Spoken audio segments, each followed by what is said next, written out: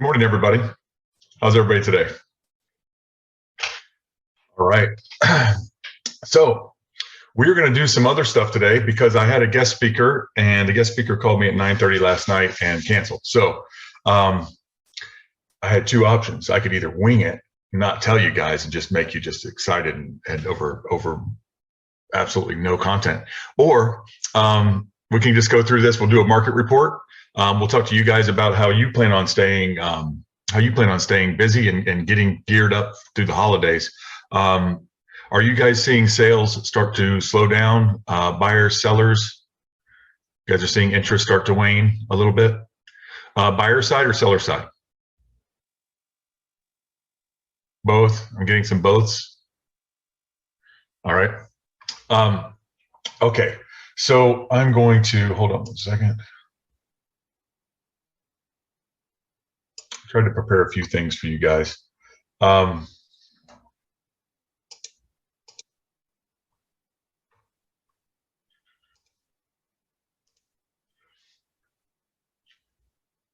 right, did you guys get the Florida Realtors email this morning?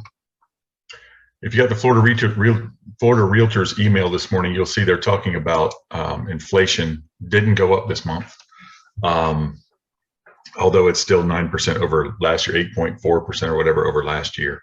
And I think that's having a lot to do with buyers being scared. I don't know what you guys are seeing out there, but I'm getting a lot of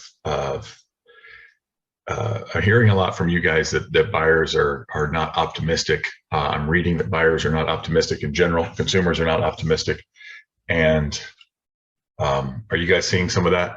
Why do you think the interest is waning? Is it simply the interest rates, or is it inflation? People are scared. What do you think it is?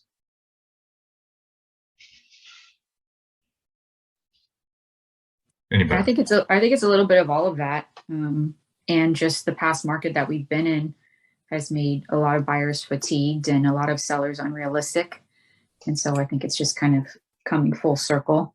And I feel like it's bounced back to a buyer's market and the lower price points, even like ridiculously. I'm having these very picky buyers now about my listings, that would have flew off the shelf a few months ago. Every little thing. Somebody canceled the other day because they said there was ants in the garage. It's like, okay. I mean, I'm sure there's more going on, but it's just like little stupid things like that, or getting feedback that one feedback from a showing was that it was the cheapest granite countertops were put in the home. It's like, okay, it's still granite, but yeah, I guess it probably was the lower end. It's a flip, So just kind of silly feedback like that from buyers that, wasn't happening a few months ago, and, did happen a few years ago. So it makes sense. And it's just something that we now have to market more, whereas we were getting pretty comfortable. So that's kind of it. Just a real slowdown, but still things are selling, just a big slowdown from before. I think also that usually about this time it does slow down. All of our snowbirds have gone, you know what I mean? And so we always budget for a slowdown during this season because we don't have as many buyers that we do now. And you're right, sellers are unrealistic, but also I think if we do our job and be honest, and we had one that we priced at $310 with a pool. It was a 2-bedroom, and I had sold it to the lady before 6 years ago. And I had a broker from that area tell me, she showed it was only worth $260. It went under contract with USDA. The roof was a tar and gravel roof. I had a roofer go out there and give the life expectancy of the roof. I went ahead and met the appraiser out there. And what I did was I also gave him all of the upgrades that were in this home compared to the other homes when I did it.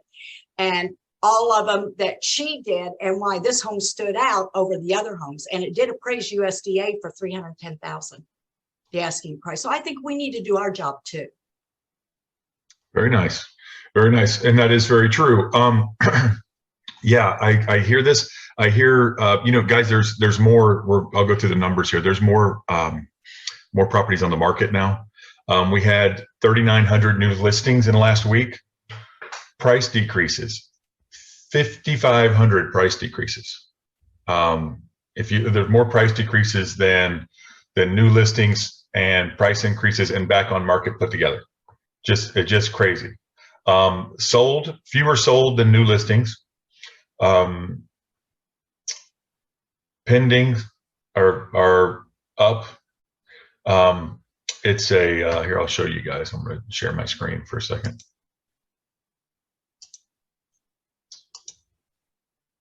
You guys see the 7-day here. New listings 3,900. Look at the price decreases. It's I don't know if you guys can you guys see that? 54.60 price decreases. All right. That is something that we did not see before a couple of months ago, right? There just weren't any. And now there are, and they're everywhere. So let me get rid of that.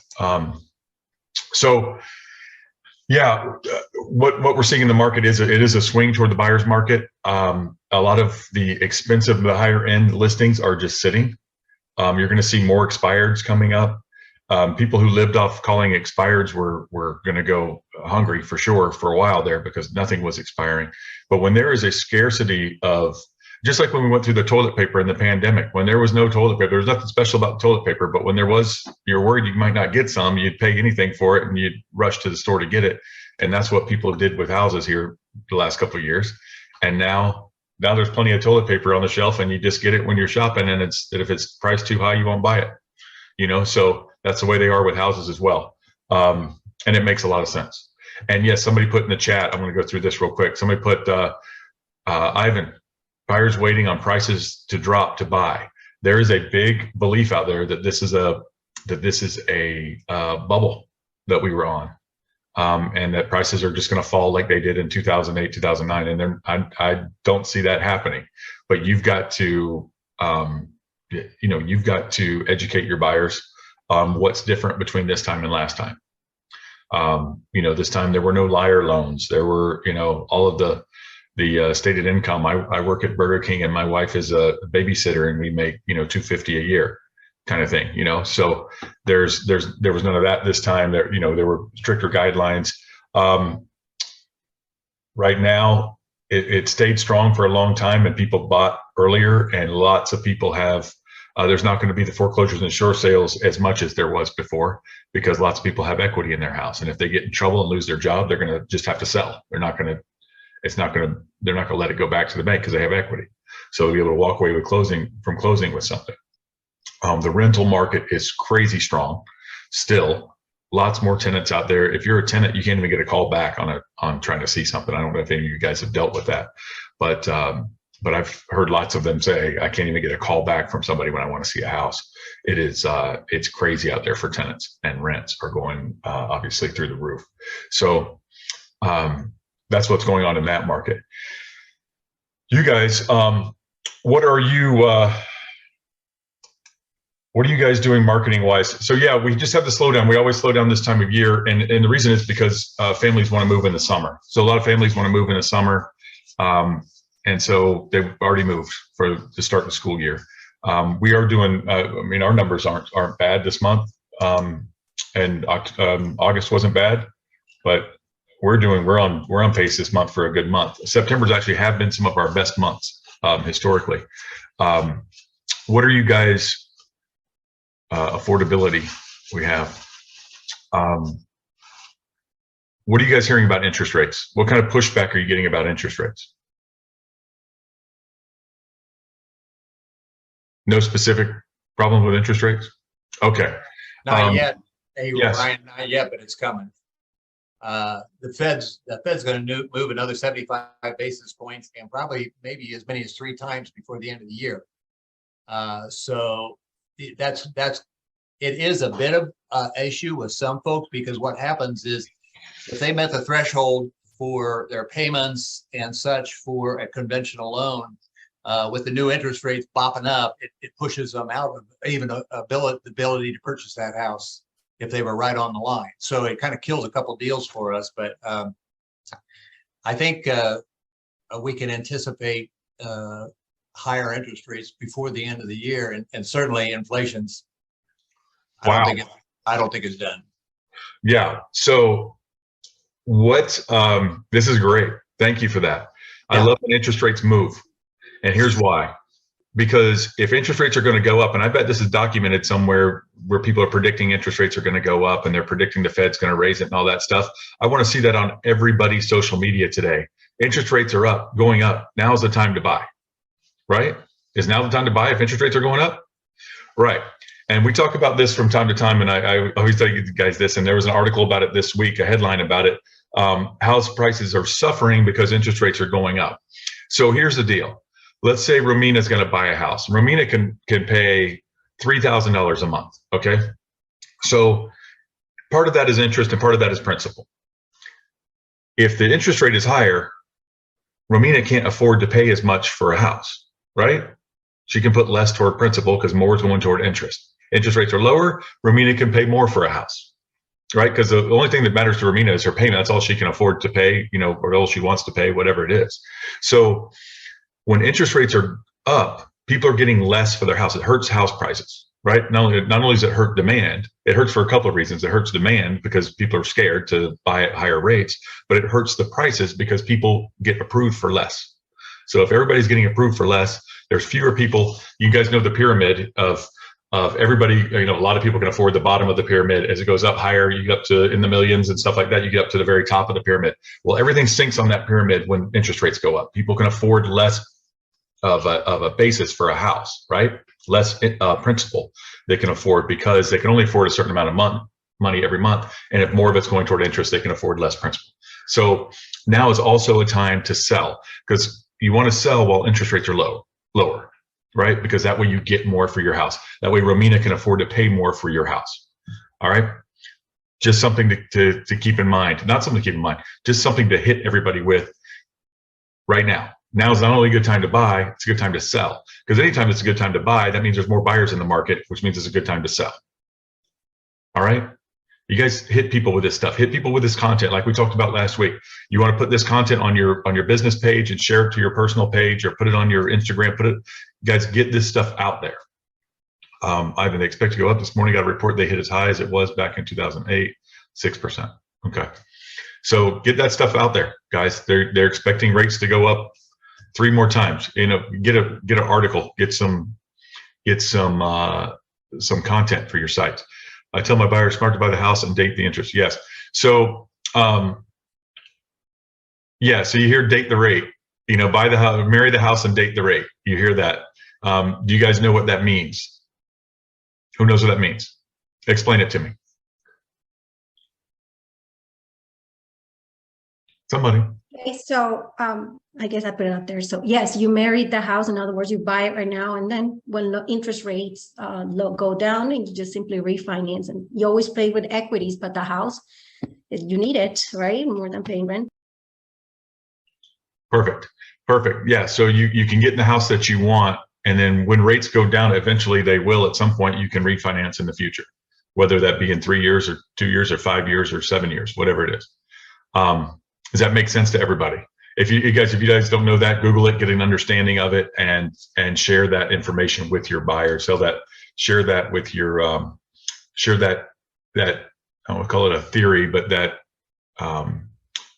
model with your buyers as well, because it kind of it makes sense to them then. Otherwise, they're sitting out. And guys, I have people I know, friends who think they're going to sit out and do better later, and they're just not.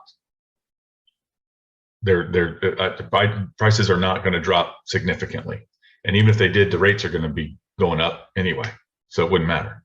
So just keep an eye on that. But guys, when you know something like that, you guys all know that. You're all nodding your heads that that's how it all works, and that interest rates are going to go up, and you guys all know that. I should be seeing it on your social media, right? Because that is the time to buy. If interest rates are going up, that's the time to buy. When interest rates, if all the headlines right now where interest rates are going down, going to go down, they're going to be lower by the end of the year, they're going to be low, so low next year, you'll never believe it. You couldn't sell a house, right? Because people would say, I'm waiting for these rates to go down to 2% again, right? If that's what the headlines were, that's what you guys would all say. You guys would be in here telling me I can't sell anything. Everybody's waiting on the rates to drop. So when the rates are going to go up, isn't it the opposite? Okay, awesome. Anybody have any other ideas or anything to talk about? Sorry, this thing got canceled, guys. The speaker canceled on me. I don't have anything really prepared. I apologize. Ryan, in a property of $400,000, if somebody will buy it in 5% interest rate, just waiting for that point to go to 6% will significant $81,000 more in interest for that property. So people like to see the real numbers to see how they are going to be affected by the interest rate. It's $81,000 more. That's fantastic. And you know what, guys, put that on your, find out the real numbers like Javier did and put it out there. Do a video, do whatever you need to do to get that out there and let people know, hey guys, interest rates are going up, and back it up with some kind of article. I'm sure I could Google it in 2 seconds and find an article that says interest rates are expected to go up. And put that on my social media and share it on my personal, put it on my business page and share it to my personal page, or put it on Instagram, put it on, you guys that do Snapchat and stuff like that, do that. I don't know what you do on that. Snap it. Yeah, get it out there, guys. Get it out there. Get the good news out there, because I mean, it's bad news, but get the good news that it's time to buy. And for those of you who want listings, you need to explain that it's time to sell. Sell your house now before interest rates go up too high, right? I'm sure some of you want listings, like all of you want listings. But also, like Angie mentioned earlier, you're having to actually work to sell listings now, because you do have to compete for buyers, which you're not used to. And a lot of sad faces out there for listing agents that you have to work again, besides just putting a spreadsheet together with your 50 offers. You actually have to go out and get somebody to give you an offer now. And you have to go sit there on a Saturday or Sunday or get somebody else to. So those of you who missed Angie's presentation a few weeks ago about open houses, go back and check that out on our YouTube channel. It was really good, and you learn a lot from it. And it's going to start, you're going to have to start doing this. You got to start doing this again. Anything else? So I love that, Javier. Thanks for doing the math on that. Yeah, it's all just math, and it's all reasons to buy right now. Guys, things aren't going to go backwards. This is my opinion, but things aren't going to go backwards. Prices aren't going to drop. They're going to stagnate, but they're not going to drop. Hey, Ryan, I think another thing is, because of where we're at right now, we don't have a better chance to sell the value of using a professional real estate person to help the transaction and get everything we can. Mm-hmm. We worked hard to put together a listing agreement. Jerry has, we put together a listing presentation that talks about those value-added services. And one of the things we've held true to is, even on the cheapest property, we put together professional photos that go into the MLS to support it. It costs us about $275 or $300 for each transaction to do that, but it does set us apart from a lot of photos we see out there. There's one very simple shot or a few shots from a phone. Honestly, that's helped make the difference for some of the transactions for us. And then we also have used, as soon as we list a home, we go just list it, and we send those postcards out into that zip code where that home is listed, so all the neighbors get to see we listed it. And as soon as we sell the home, we send it back out again. It costs a couple $100 to do that each time we do it. But it's just a way of letting people know that this is what you get when you're working with a professional. And so we're trying to take advantage of this difficult time to position ourselves as that professional. Right. Awesome. That's great input, and that's very true. So when you think about what you're marketing us as an industry, and then you're marketing yourself within that industry. So you guys know there's a general sense out there that realtors do nothing but put stuff on MLS. And if I could put my own house on MLS, I wouldn't need a realtor at all. You guys know that that's a general consensus out there, right? People don't value what you do. And part of that is because we don't talk enough about what we do. Yeah, we get on social media and we brag about how much money we make, which is absolutely opposite of what you want to do. But that's what people do, instead of talking about the service that they give. And you need to talk about the service that you give and what you do. And when you have to crawl under a house to do something, put that on social media. Put what you do. Why do I need Angie out there doing stuff for me when I can just, if I could just put it on there, I can put it on Zillow myself, right? What do I need Angie out there for? Well, Angie's crawling under the house and making stuff happen and sweating. And next time you're crying and sweating, you guys all do this. You ladies too. You guys all do this. You go out and you cry and you sweat and you do stuff around the house, and you put that on social media. Put stuff on there. So you're building not just your brand up, but you're building us all up as realtors. And then you want the bigger piece of the pie you can get, but you can make the pie bigger, make everybody appreciate us, and then you get your piece of the pie. Even if you had the same piece of pie, it would be bigger than it was before because you're making everybody appreciate realtors, and there's more for everybody. But you're also setting yourself apart and getting a bigger piece for yourself. So that's great. I want you guys also not to be, you're going to see stuff, and be careful about believing stuff and sharing stuff that says that prices are going down, like the median house in Orlando or Tampa or whatever it was, $420 a year ago, and now it's $350. Guys, that doesn't mean this. It's not the same house. It just means that cheaper houses are selling. Okay, that's all that it means. It means people aren't buying as many $1 million houses as they are $200,000 houses. So during the pandemic, when a lot of people in the lower income brackets got hit hardest because their jobs were closing down and stuff like that, and the other people who were getting PPP loans and running businesses and stuff like that, or had jobs that were essential or whatever, were doing better. They started, you guys know that we didn't get hit that hard. We got hit for a couple of months when we couldn't show houses. Otherwise, we sold houses during the pandemic. We sold houses in 2020, pretty decent year, but it was higher end stuff. So you guys were getting a lot of production, not as many transactions, but you were selling the 5 and 6 and 7. And that's when it started to boom, the more expensive houses. Now we're back to getting more action on a 250 or 350 than on a 450 or 550. And so it's making the median house. You guys know the median house price is just the one in the middle. If they blind them all the prices up, it's the one in the middle. And those are, just because there's more lower ones selling, that's going to be lower. Okay. That does not mean, don't let people out there believe that means the house that was 420 last year is 350. It's not the same house. It's just that cheaper houses are selling more. Just statistics.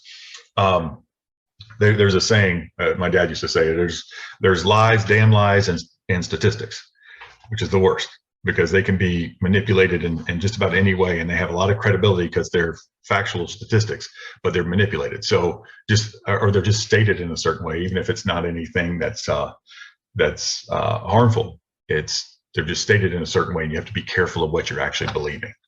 Does everybody understand that about median house prices? So when you see people talking about that, oh my gosh, look at house prices dropping. It's just a different house. Look at your house, look at your neighbor's house. It's not, the prices aren't falling. I mean, if they are, but they're not right now. Any other comments? Questions?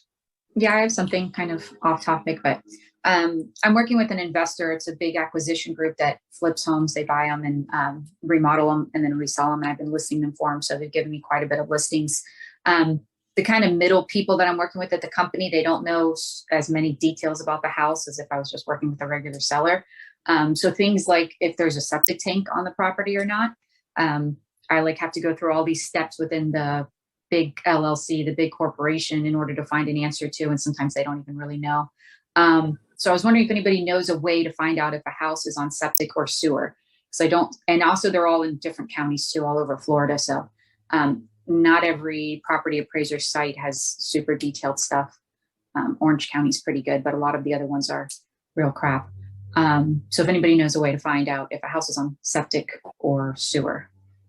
This isn't a for sure thing, but a lot of times if the road has the manhole covers in it, I think that's more of a sewer situation, but I wouldn't like swear on it. But and I'm not going to a lot of these listings. Some of them are in okay. Jacksonville, some are in Port St. Lucie. So they're giving me all the pictures and the lockbox code, and I'm basically just listing them for them. So I'm trying to find a way online to figure out if there's sewer or septic. Anyone have any other ideas other than to go look for manhole covers? Are there any past listings on those houses? Maybe. I mean, it would have to be one though really close in order for me to be accurate, because I know there's some areas where the other side of the street has it. So It's not But always. no, those particular houses that you're gonna list, were they previously listed at some point? Some of them were, but I'm not 100% sure that that would be the accurate information, but I could just Sure. copy what they have. You need to be careful with that, looking at other houses and past to get that information. We owned a home in Okeechobee that was on a canal. We elected not to tie into the sewer. So we were on septic where the homeowners that live there throughout the year, they tied into the sewer. So you need to be Yeah. very careful with that because you can't have a home in an area that is on septic and the two next to us were on sewer. We just elected not to tie in and pay the money because we were just there part-time. Yeah. Can you just let the buyer do their own due diligence? I mean, I can, and of course I have the disclosure in the end, but like one was getting close to closing and then all of a sudden we all found out there was a septic tank and it's like, okay, so I don't want to cause any problems and I want to disclose as much as I can. If there's some decent way to find it out, I'd like to put it on there. So yeah, might have to have the seller just dig more to find the information. Okay, thanks. Yeah, you do have to be careful about that. We've had some issues you guys called me about with some septic. We represented sewer and it was septic, just based on the information that we had, or the seller represented sewer because they didn't know any better. Some people, believe it or not, don't even know. So if they haven't lived there a long time, haven't had to have their septic tank pumped or whatever, some people live in a house and don't even know if it's septic or sewer. It seems strange, but it's true. And yes, there are, do not use the manhole cover. Do not use that. Do not test that theory. That's stormwater. That can be a lot of different things. So don't use the manhole cover thing. But there will be things that say sewer, but like Angie mentioned, there will be things, even if you look at a property, there will be some covers that say sewer on them. But it doesn't necessarily mean it's that same side of the street. Typically, if it's a neighborhood or something, it's a recent neighborhood, a fairly new neighborhood, of course it's going to. I just looked it up on how to tell, and it says, look at your water bill. If you're using a septic system for wastewater management, then you're likely to see a charge of $0 for wastewater or sewer services from the utility company. Okay. Yeah, for sure. That's a good idea. I'm just having a hard time getting that out of these sellers, but yeah, that's what I can ask them to do. Maybe someone can find that. Thank you. Yeah, you can find out with the water company or the Orange County utility, because I do flipping and that's what I do. I call them and they let me know. Any quick way to find out which water utility company services places? Like Yeah, on the that- property appraiser, does it say it? No, I do flipping here. I call Orange County utility or I call OUC and they tell me septic or sewer. They usually tell me. Yeah. Orange County has a tab. Orange County Property Appraiser has a tab of location and it lists the It tells you the service utility. providers, but Mhm. some of the other sites don't have that. No, especially like some of these listings are up in Jacksonville and I don't know very much about Jacksonville and it's hard to find their public record sites, not nearly as good as Orange County. And neither is Hillsborough over here in Tampa. It's not nearly as good. The as mine. water company, they can tell you. Yeah, I have to figure out what water company is in that area. Mhm.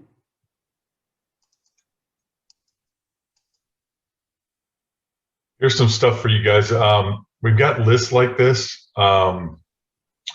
This is a lot of Lake Polk and Orange County type things, but there's Duke, Florida Power and Light, Sumter Electric, different cities. Obviously, this isn't everything, but this is something somebody shared on social media that I thought was very helpful. See if I can move down this screen. So there's more on here.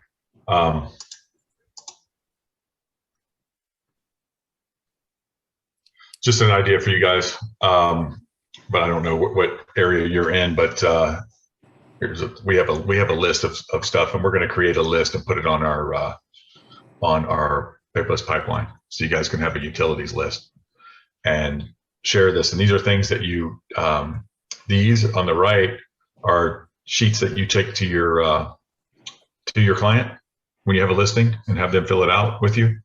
I know some of this stuff is on the MLS data entry sheet, but this is good things to know. All of these things and just share them on your listing. Plus it cuts down on questions after closing. When's garbage day? When's this? When's recycle day? Access information, number of keys, number of garage door openers, all that kind of stuff. Who does their lawn care, pools, security, septic, termites, if they have a bond, etc. All this stuff is on there. We'll put this on Paperless Pipeline under the reference tab. She may have done that already. I don't know. Anyway, let me stop share. Ryan, can you hear me? Yes. Okay, what is the pipeline? I mean, I'm new on this, so I'm trying to learn as much as I can. I'm sorry, Paperless Pipeline? Yeah, what's the pipeline you're talking about? Oh man, great question. You guys are about to get a tutorial on Paperless Pipeline. Let me do it real quick. All right, just on where to find forms and stuff. Guys, I don't know, a lot of you guys, let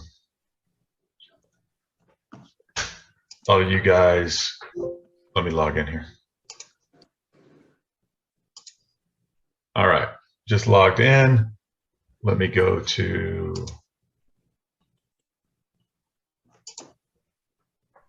are you guys seeing this reference tab? Mm-hmm. Okay, well, Yeah. it's not, this is somebody's closing. There we go, okay. It's very slow.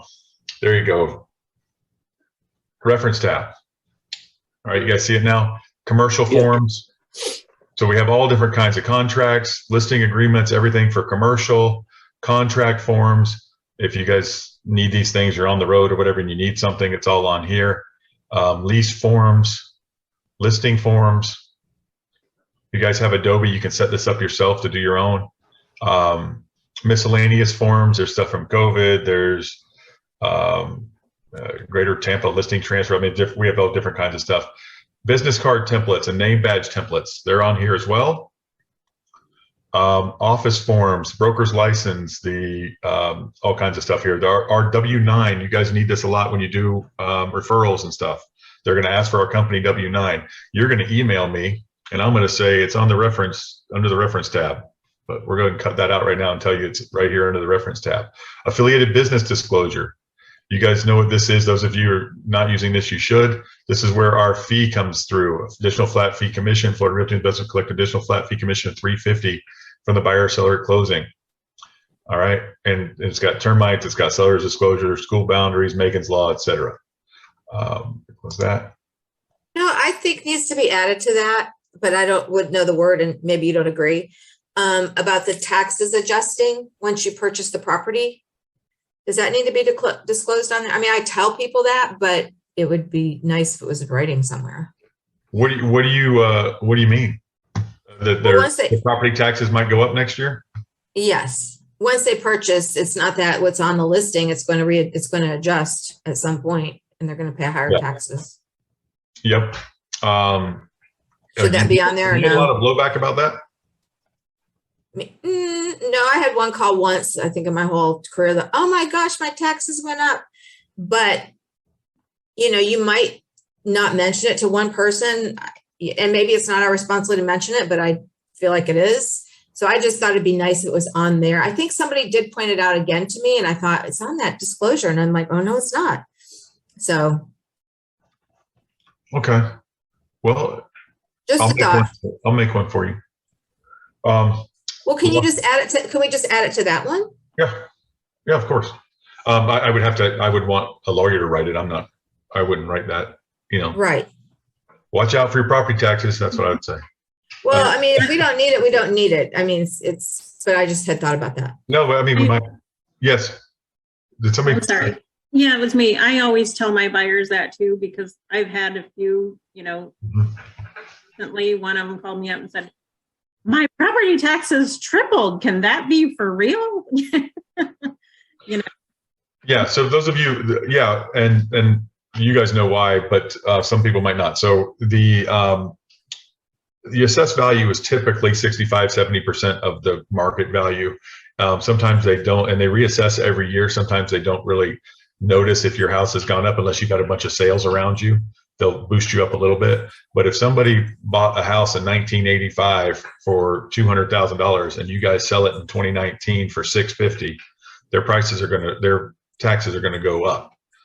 It's going to get reassessed for higher. It's been going up the whole time a little bit, but now it's going to jump up. And typically you do sometimes see double, triple is unusual, but they were really lucky. The people I mean, normally when they're like, what are the taxes? That's when you go over the taxes are this, but I'll always tell them that this is not going to be forever. It's going to change.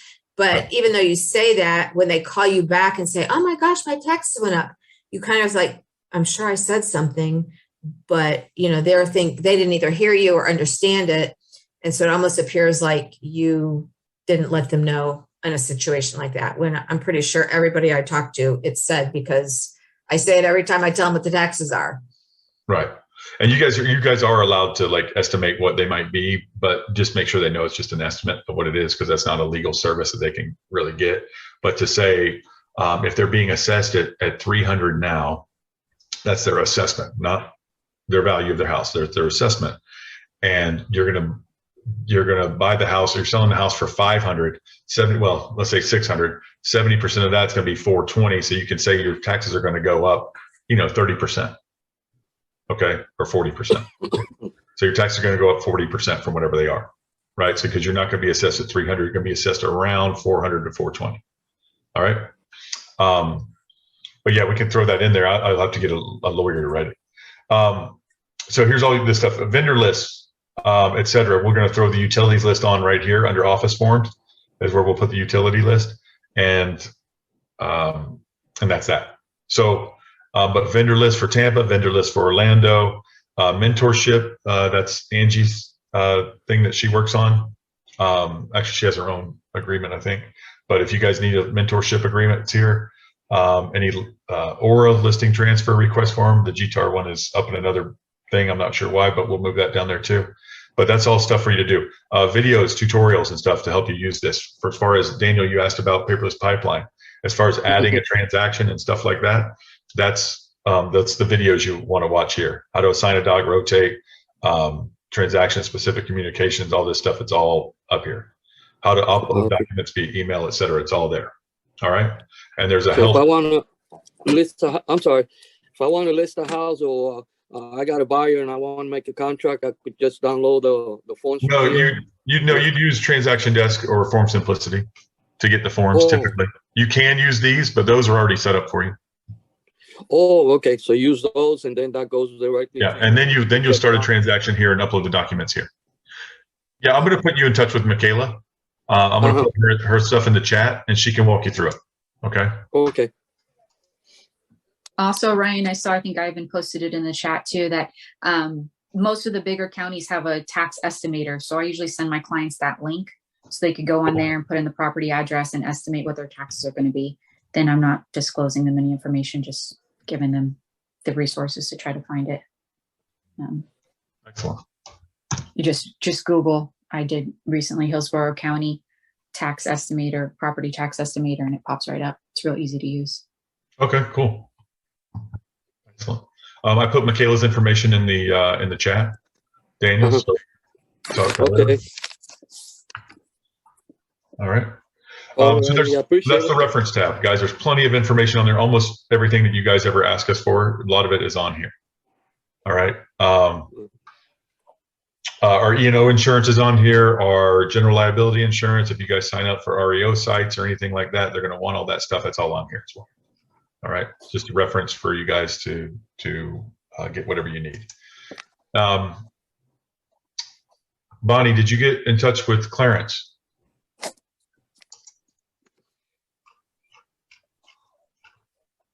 Bonnie? All right. Never mind. I'll see to it that you do. Any other questions or comments before we go? Yeah, Ryan, do we have to start saying primary suite instead of master? I know some other states are doing that. Yes, you have to. Because you're being recorded? Okay, thank you. No. I don't. No, I didn't know that was a thing. But yeah, I know a lot of other states are having to do it. I haven't heard here. That's what's politically correct, then you should absolutely. do it. And I know a lot of people are removing like his and her closets from their verbiage too. Just, I Okay. guess, change with the times. Okay. Yeah. All right. So we're not required yet, but we probably should start so that we don't make a mistake when we are required. All right. Absolutely. Any other questions or comments? Thank you, Angie. Keep us all out of trouble. I think it's still, I haven't put a listing in a little bit, but I think it still says master bedrooms and stuff on here. Yes. One more, Yes, Ryan. who's the lady name? Hello, sorry. The Okay. lady, I forgot her name to help me with my renewal, my license, the 14 hours. Oh, there was a lady helping. I'll send you an email, Daphne. Okay. All right. Actually, send me an email and I'll respond to it. Send me an email, Daphne, and I'll respond to it. Go ahead, Daniel. Okay. Oh, okay. If I want to get a neighborhood, like I live here in Tampa, and I want to get a neighborhood like Valrico, and I just want to send some flyers around there, how can I get a hold of some addresses there? You know, like the neighborhood address and all that, so I could just send flyers out. Angie, will you help him with that? I was just going to say, sounds like Daniel needs a mentor from FRI. I know. I'm trying. Well, there you go. We got And you're in some Tampa. we got some awesome mentors in FRI, not just myself, but and I'm here in Tampa too, Daniel. But yeah, there's all kinds of systems that you could set up for yourself to start a marketing campaign in a farming area. Low cost ways, high cost ways. Just off the top of my head, you may be wanting to check the MLS and go to the Realist link. You could put in a lot of information there and pull up a list of houses. You could type in Valrico, you could type in a subdivision, you could type in years of ownership, owner occupied or not. So you can really narrow down your market of what you're looking for. So using Realist to get a report, that'll give you a whole list of houses in that neighborhood with mailing addresses and property addresses. You could even print labels from there where it just prints out the labels. You can handwrite them. You could do mailing a letter on a standard business envelope. You could do handwritten cards, which people love to open up better. You could put something inside or not. You could do market reports to that area. So there's a lot of different ways of doing it, but just the first step would be, I would say, look on Realist. That's what I do. You could save searches on Realist too, so you can go back to them later. And that would be a great place to get a list of all the houses in a neighborhood that you want to start mailing to. But if you want to talk about mentoring too, I'll put my number in the chat and you could text me, call me anytime. Oh, okay. Hey, Angie, I did talk to you about that. You said you would get back to me, but you haven't. Oh, I'm really sorry, Daphne. Would you email me or text me? I text you and we talk over the phone also. Okay. Yeah, I'll call you today. I have some time this afternoon. All right. Okay. I'll look up your number. Yes. All right. Looks like Angie's got her work cut out for her today. Let's go. All right. Any other questions or comments? Okay. Nothing? There is a question on the chat from her name. Well, I don't know if Balak Shaw. Yes. Okay. I don't know if somebody wants to answer that question, but Okay. Yes. Thank you. Thank you, Ramina. I appreciate that because I had an answer to that question. I forgot to do it. They ask about the returns. What do you use to provide them with a rough figure? Any tools off the MLS or something else?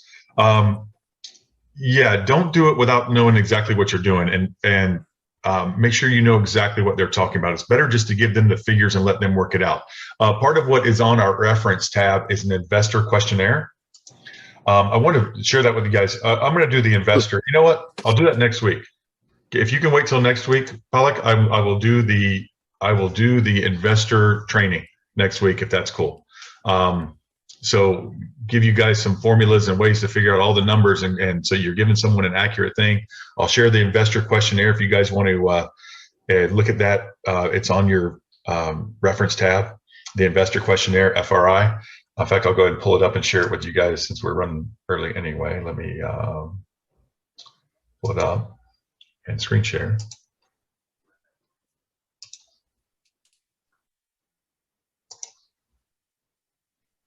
All right. This is an investor questionnaire created. So you guys, when you meet with an investor or you talk to them on the phone, you can obviously ask these questions. You don't have to have them fill it out themselves, but it wouldn't hurt actually. What is your real estate investment goal? These are things to find out before you deal with this, because you guys are always telling me, and this is part of the training that we'll get into next week. You guys are always telling me, oh, I met an investor, got an investor, got an investor. Well, everybody, if you go sit in the hotel lobby bar at the Hilton downtown, people will come in and say, oh, I'm an investor, right? Anybody who's ever bought anything considers themselves an investor. But so you don't waste all your time. You need to find out if they're real, if they even know what these terms mean, if they have any idea what they're doing, so you know where to start with them. Some of them are very sophisticated, and some of them have no idea, and they just have a little bit of money to throw at something. And some of them don't even have money to throw at something, but they saw an advertisement on Facebook that there's a seminar they can go to, and with no money down, they can start flipping houses, right? I mean, there's somebody out there telling them everything. What is your real estate investment goal? Tell me about your real estate portfolio. What do you have going on now? This will give you a good sense of who they are and what they are and how sophisticated they are. What kind of properties would you like to acquire and why? You're going to get a lot of, oh, I don't know, or you'll get somebody who thinks they want to do something and they're not real sure. What's your required rate of return on your next investment? I wouldn't bother giving somebody a rate of return until they tell me what their required rate of return is. Because if they don't know this, then the numbers you give them are going to be nonsense. I have seen so many of you guys waste so much time with people to give them all of these numbers and give them all of these things. And this is an 8 cap and a 11% return and a 7% return and for what? They have no idea they don't even know what they want. And you send them all this stuff and they're like, oh, thanks, keep looking. It's like, no, make sure they're ready to buy. They know what they want. How long do you plan to keep in your portfolio? Do they, and this is where you find out, do they even have a strategy? When would you like to acquire the property? This is important, right? Because things change, and the property you show them today aren't going to be available in 2 months, right? Most likely, if they're a decent deal or not. Are you looking to invest strictly cash, or are you going to use leverage? Are they going to borrow money to do this? If leveraging, how much are you pre-approved? And I want to see it. And with whom? Do you plan to manage the property yourself, or is it a passive investment where you hire a management company? Because if they don't, and a lot of this is determined if they're real and what their plan is, and we're not just if they're real, but if they're really interested in buying now. If you just ran into them somewhere and they told you that, they're probably not super hot on the case, so they'd say, oh, I've already got people looking for me, right? Are you purchasing in your own name or using an organization? Just see if they're set up. All that stuff. Have you spoken with a tax or legal professional regarding the benefits, drawbacks of using an organization? So you want to go ahead, and if they're serious investors and they want to do something more than just buy a house or a condo or whatever to rent it out, then have them talk to a tax or legal professional about their LLCs or doing whatever they're doing, trusts, etc. So this is just things to get started on Investor Questionnaire. And next week we'll talk about how to value properties and know what they are. So when somebody says, yeah, I'm a passive investor and I want, something that an 8% investment with some decent appreciation, right? So we'll look at all of that stuff, and we'll look at the difference between ROI and rate of return and cash on cash, et cetera. We'll talk about all the terms and stuff that you'll need to know. Net income, net operating income versus gross versus all this stuff. And we'll even do some commercial stuff on that as far as commercial leasing and stuff too, just to kind of whet your appetite on that and kind of show you what you know and don't know. And some things you'll say, you know what, that's just not for me. I'll just refer those. And other things you'll be like, oh, that's really interesting. That makes a lot of sense. So we will do that next week. All right. Thank you, Pollock. I was meaning to tell you that when I saw your question. That is a lot to go through. I can't answer that on this chat. You have to have a lot of details, and you want to make sure that you're giving the right kind of return. And these questions will let you know what they're looking for in a return. Do they want a return on investment? Do they want a rate of return? I like rate of return because you can't really tell. We'll get into that next week. You can't really tell a return on investment until you dispose of it. So when people call you and they say, hey, I've got $100,000 and I'd like to make $10,000 a year with it, right? Or whatever they're saying. I've got $500,000 and I'd like to make 50 grand a year, whatever they're saying.